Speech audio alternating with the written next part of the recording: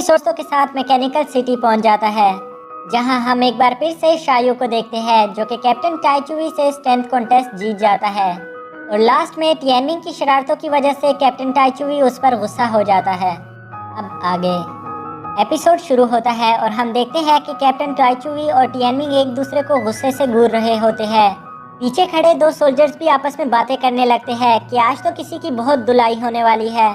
UV भी इसी बात से डर रही थी। वो सिस्टर रोंग से कहती है कि टाइचुई को रोके, नहीं तो आज तो टियानमिंग गया। मिस रोंग कहती है कि उसने पीठ पीछे से शायू पर हमला किया तो उसे सजा तो मिलनी ही चाहिए, यही इसके लिए अच्छा होगा। डाउजी भी कहता है हाँ हाँ आप बिल्कुल ठीक कह रही हो। वो तो मिस रोंग पर सिर्फ लाइन मार रहा होता है पर कोई फायदा नहीं। मिस रोंग कहती है जब दो लेडीज आपस में बात कर रही हो तो किसी आदमी को बीच में नहीं बोलना चाहिए। डाउजी बेचारे की तो बेइज्जती हो जाती है। यहाँ मैदान में टाइचुई टियानमिंग को पकड़ने की कोशिश करता है पर टियानमिंग छोटा और तेज होने की वजह से उसके हाथ नहीं आता। वो भागते भागते कहता है कोई फायदा नहीं, तुम मुझे नहीं पकड़ सकते क्योंकि टियानमिंग बहुत ज्यादा तेज है। अब टाइचुई से और ज्यादा बर्दाश्त नहीं होता और वो गुस्से में आ जाता है। अब वो एक मार्शल आर्ट टेक्निक यूज करता है जिसकी वजह से उसके हाथों के आसपास बिजली कड़कने लगती है और हवा का प्रेशर बहुत ज्यादा हो जाता है। स्वॉर्ड मास्टर कहते हैं ये कैप्टन टाइचुई क्या कर रहे हैं। डाउजी बताता है कि वो थंडरियस पंच यूज कर रहे हैं जिसकी वजह से हवा का प्रेशर बहुत ज्यादा हो जाता है और सामने का ऑब्जेक्ट उसके पंच की तरफ खींचा चला आता है। टाइचुई के टेंडर पंच की वजह से वहाँ एक ब्लास्ट होता है जिसकी वजह से कुछ नजर नहीं आता और यूवी को टेंशन होने लगती है कि कहीं टियानमिंग पकड़ा तो नहीं गया। पर जब धुआं हटता है तो हम देखते हैं कि टियानमिंग बच गया था। वो टाइचुई के पैरों के बीच में से गुजरकर भागने की कोशिश कर रहा था पर इस बार टाइचुई मौका पाकर उसको पैर से पकड़ लेता है। टियानमिंग बहुत भागने की कोशिश करता है पर कोई फायदा नहीं, अब वो पकड़ा गया।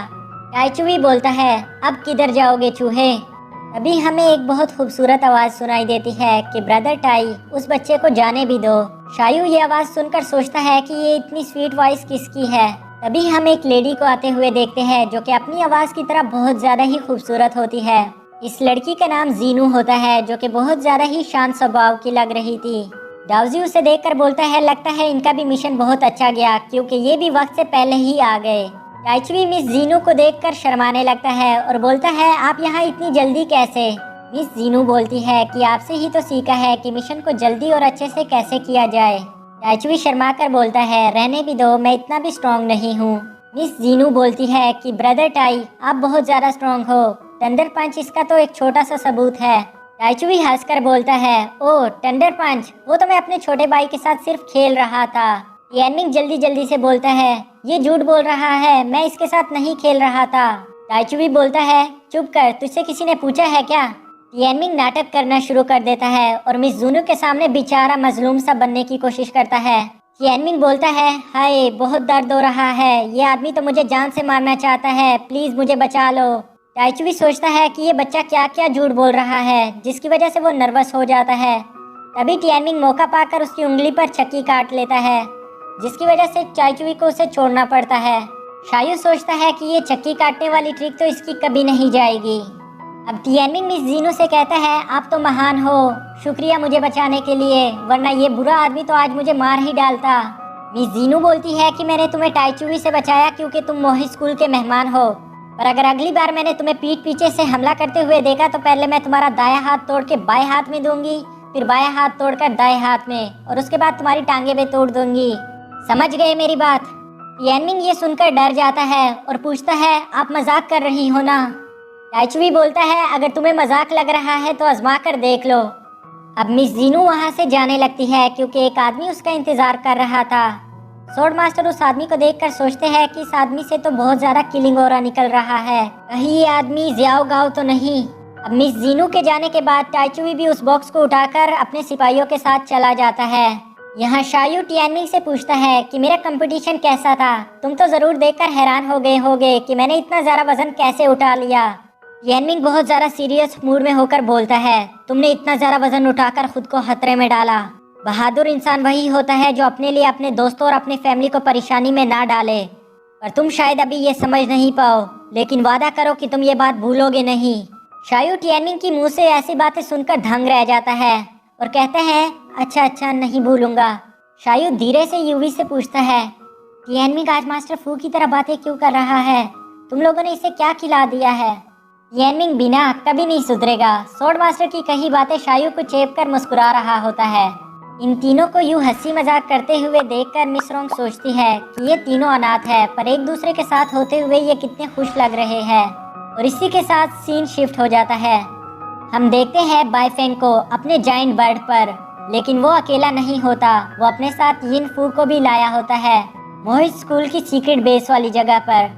यिनफू मोहित स्कूल की सीक्रेट बेस की जगह पर पहुंचने के बाद बर्ड से कूद जाता है और वो बड़ी तेजी के साथ नीचे जा रहा था। वो लैंडिंग से पहले सूट में लगे विंग्स को ओपन कर देता है और सेफली एक ट्री पर लैंड कर देता है, जिसके बाद वो बहुत अजीब तरीके से हंसता है। यहाँ दूसरी तरफ हम तियानमिंग और स्वॉर्ड मास्टर को देखते हैं जो कि अपने रूम में आराम करने आए थे। तियानमिंग मशाले जलाने लगता है क्योंकि शाम हो गई थी और साथ ही साथ स्वॉर्ड मास्टर से पूछता है हम जहाँ जा रहे हैं क्या वो और भी ज़्यादा दूर है? स्वॉर्ड मास्टर बताते हैं कि हाँ वो बहुत ज़्यादा दूर है। तियानमिंग बोलता है मुझे मैकेनिकल सिटी अच्छा लगा, यहाँ बहुत मज़ा आ रहा है। स्वॉर्ड मास्टर कहते हैं ये तो अच्छी बात है क्योंकि हम यहाँ कुछ वक्त के लिए रुकने वाले हैं। तियानमिंग यहाँ रुकने की बात सुनकर बहुत ज़्यादा खुश हो जाता है। नेक्स्ट सीन में हम एक औरत को डांस करते हुए देखते हैं और ऐसा लग रहा था जैसे वो काला जादू कर रही हो। अब कुछ देर बाद वो औरत अपना डांस खत्म कर देती है और हम वहाँ किंग एम्परर यिन ज़ेंग को भी देखते हैं जो कि बोलता है आज मैंने पहली बार असली यिन यांग मैजिक का नमूना देखा। वो जादूगरनी बोलती है कि मैंने आपके सवालों के जवाब ढूंढ लिए हैं। यिन ज़ेंग बोलता है कि कहीं तुम उस बच्चे की बात तो नहीं कर रही जो फ्यूचर में मेरे एम्पायर के लिए खतरा बन सकता है। दोस्तों इस औरत का नाम मून गॉडेस है। अगर आप लोगों को याद हो तो ये वही औरत है जिसने तियानमिंग को यिन यांग का कर्ज दिया था, जिस कर्ज को ठीक करने के लिए स्वॉर्ड मास्टर तियानमिंग को किसी के पास लेकर जा रहे हैं।